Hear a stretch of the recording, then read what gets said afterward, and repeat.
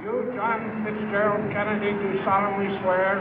I, John Fitzgerald Kennedy, do solemnly swear.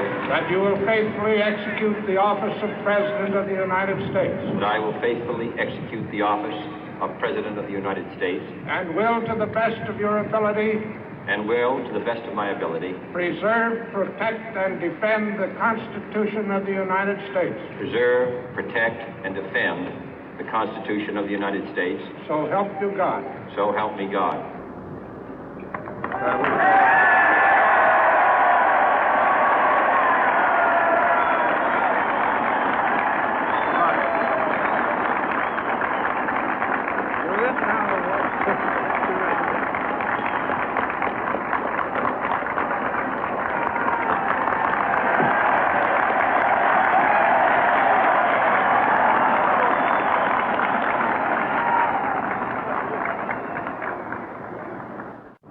Vice President Johnson, Mr. Speaker, Mr. Chief Justice, President Eisenhower, Vice President Nixon, President Truman, Reverend clergy, fellow citizens. We observe today not a victory of party, but a celebration of freedom, symbolizing an end as well as a beginning, signifying renewal as well as change. For I have sworn before you and Almighty God the same solemn oath our forebears prescribed nearly a century and 3/4 ago. The world is very different now, for man holds in his mortal hands the power to abolish all forms of human poverty and all forms of human life. And yet the same revolutionary beliefs for which our forebears fought are still at issue around the globe. The belief that the rights of man come not from the generosity of the state, but from the hand of God. We dare not forget today that we are the heirs of that first revolution. Let the word go forth from this time and place to friend and foe alike that the torch has been passed to a new generation of Americans born in this century, tempered by war, disciplined by a hard and bitter peace, proud of our ancient heritage, and unwilling to witness or permit the slow undoing of those human rights to which this nation has always been committed and to which we are committed today at home and around the world.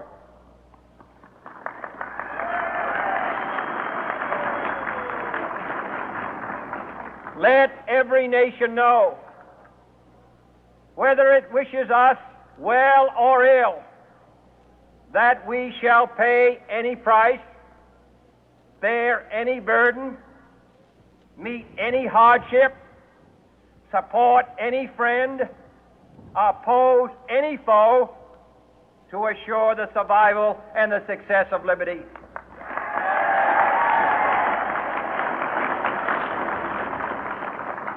This much we pledge and more. To those old allies whose cultural and spiritual origins we share, we pledge the loyalty of faithful friends. United, there is little we cannot do in a host of cooperative ventures.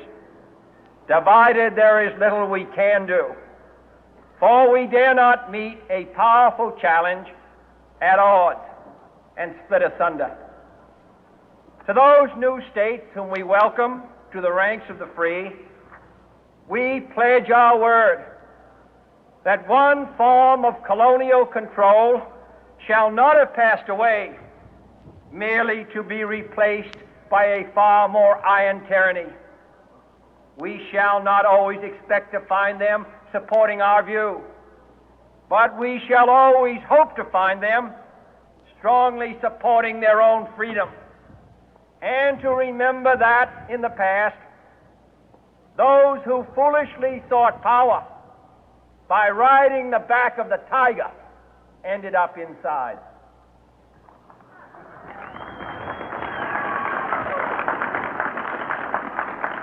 To those people in the huts and villages of half the globe struggling to break the bonds of mass misery, we pledge our best efforts to help them help themselves for whatever period is required, not because the communists may be doing it, not because we seek their votes, but because it is right.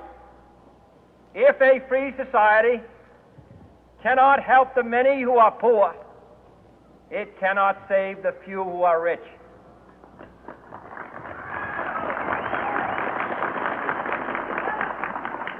To our sister republics south of our border, we offer a special pledge to convert our good words into good deeds, in a new alliance for progress, to assist free men and free governments in casting off the chains of poverty. But this peaceful revolution of hope cannot become the prey of hostile powers. Let all our neighbors know that we shall join with them to oppose aggression or subversion anywhere in the Americas. And let every other power know that this hemisphere intends to remain the master of its own house.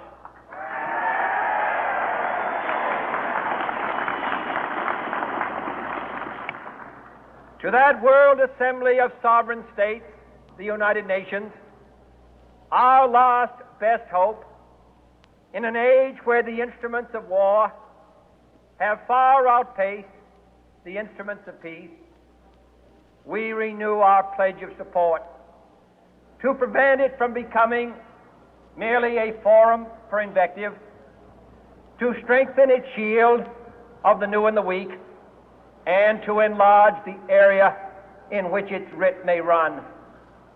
Finally, to those nations who would make themselves our adversary, we offer not a pledge, but a request that both sides begin anew the quest for peace.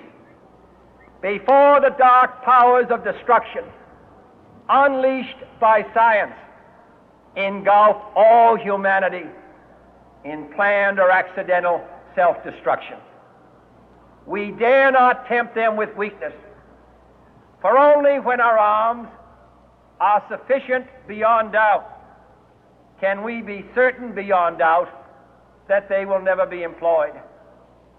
But neither can two great and powerful groups of nations take comfort from our present course, both sides overburdened by the cost of modern weapons, both rightly alarmed by the steady spread of the deadly atom, yet both racing to alter that uncertain balance of terror that stays the hand of mankind's final war.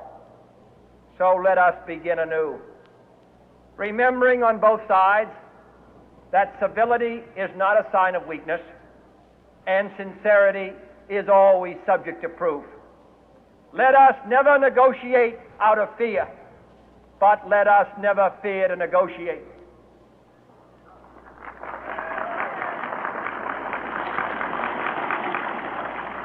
Let both sides explore what problems unite us, instead of belaboring those problems which divide us.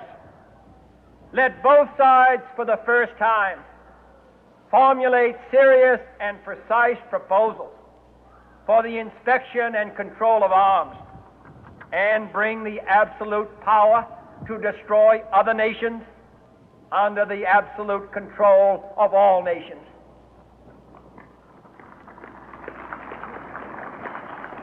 Let both sides seek to invoke the wonders of science instead of its terrors. Together, let us explore the stars, conquer the deserts, eradicate disease, tap the ocean depth, and encourage the arts and commerce. Let both sides unite to heed in all corners of the earth the command of Isaiah to undo the heavy burden and let the oppressed go free. And if a beachhead of cooperation may push back the jungle of suspicion, let both sides join in creating a new endeavor, not a new balance of power,